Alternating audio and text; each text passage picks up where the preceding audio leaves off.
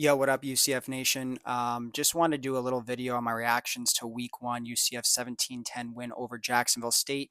And really, the crux of this video is going to be about the current QB1 situation with UCF. Is it going to be Cam Fancher or is it going to be Tayven Jackson?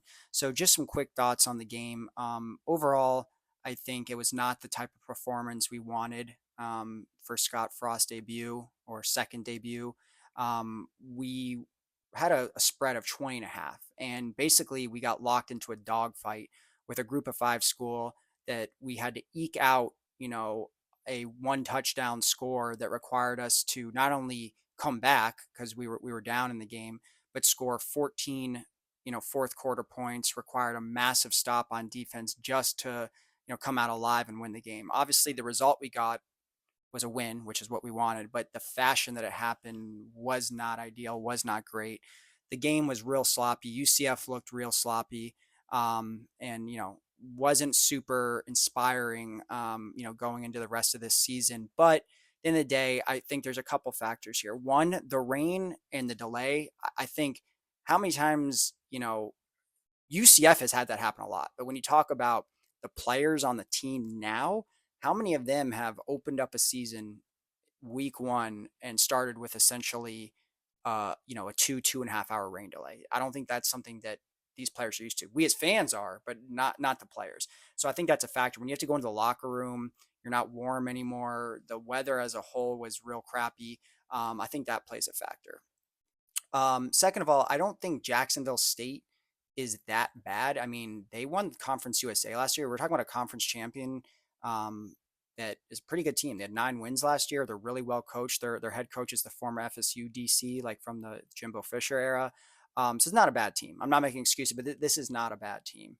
And third of all, you had to bring in a new QB midway through the game when when Cam Fancher got injured. So there was a lot of factors here, a lot of new players getting used to the system. Yes, we played real sloppy. I mean, the big telling thing was we had 9 penalties for 80 yards. I think without a lot of those penalties, I think this score would have been bigger than the 7 point gap. I think we would have probably won by double digits more for some of the just, you know, drive killing penalties, dumb penalties that on defense that extended Jack State's drive. So that's something you can clean up. You can live with that because you can clean it up. This wasn't a problem with talent or skill or even scheme. I think a lot of it was, that penalties and the rain and all the factors that went into that. Overall, I thought the defense played really stout. One thing I was really happy about, there's sometimes when you play a lesser opponent, if you will, where you just out athlete them. You're not even necessarily like a good defense. You're just better, faster, bigger, stronger than them. Yes, UCF was those things compared to Jack State, but Jack State's lines were not by any means small. Actually, I think their D line did pretty well against our O line, which was concerning. They did get 2 sacks on the quarterback and they had 5 tackles for loss. But our defense just actually looks stout.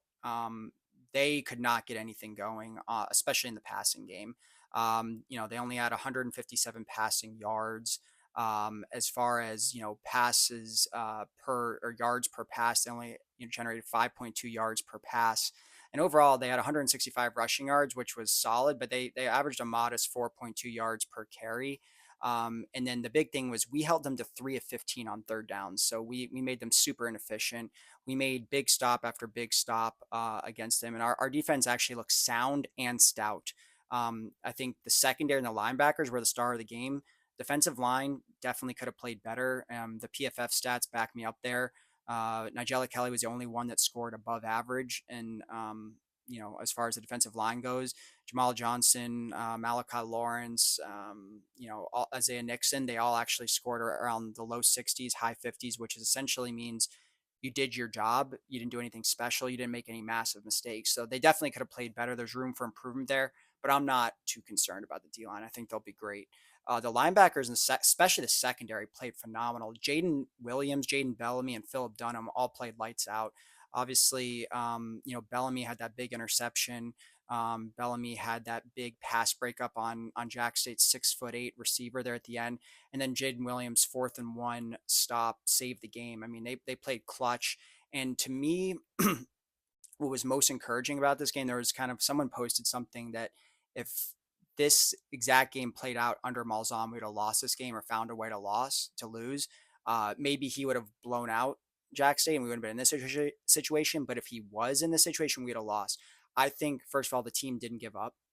They fought through adversity and they came back from a deficit and won and then held on to the win. That to me shows a lot more character um, than just a blowout. I'm happy to see. I don't care who the opponent is. I'm happy to see that they can get into a dogfight regardless of the opponent and come out with the win. To me, that's more encouraging. They came together, they believed, they fought through adversity, and they won the game.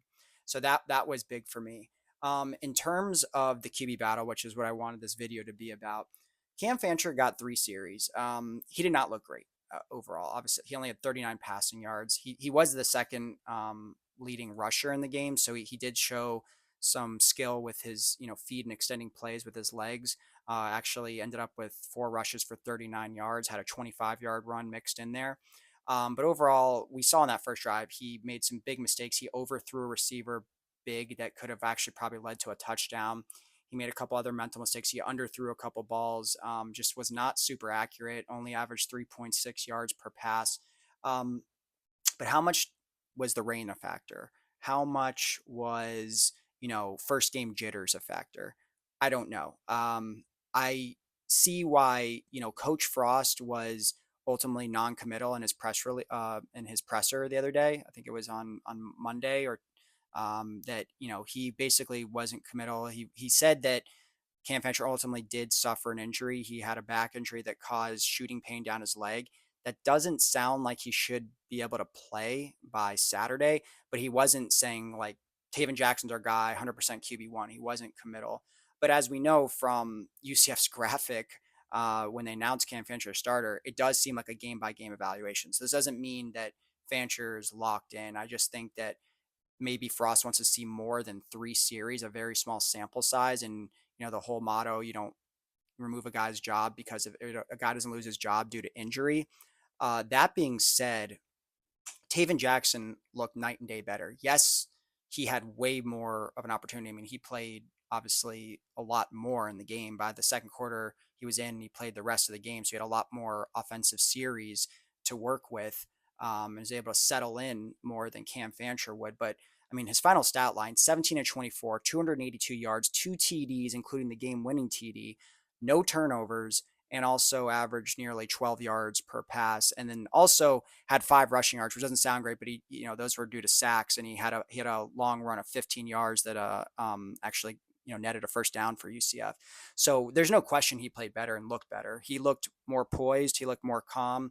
He looked better in the pocket and looked more honestly just overall like the better QB and had better command of the offense, which is something we were told, that Fancher looked in practice and in camp. He was the one that had the better command. He was the one that looked more experienced. But in this game, in actual game time, Tayven Jackson was that guy.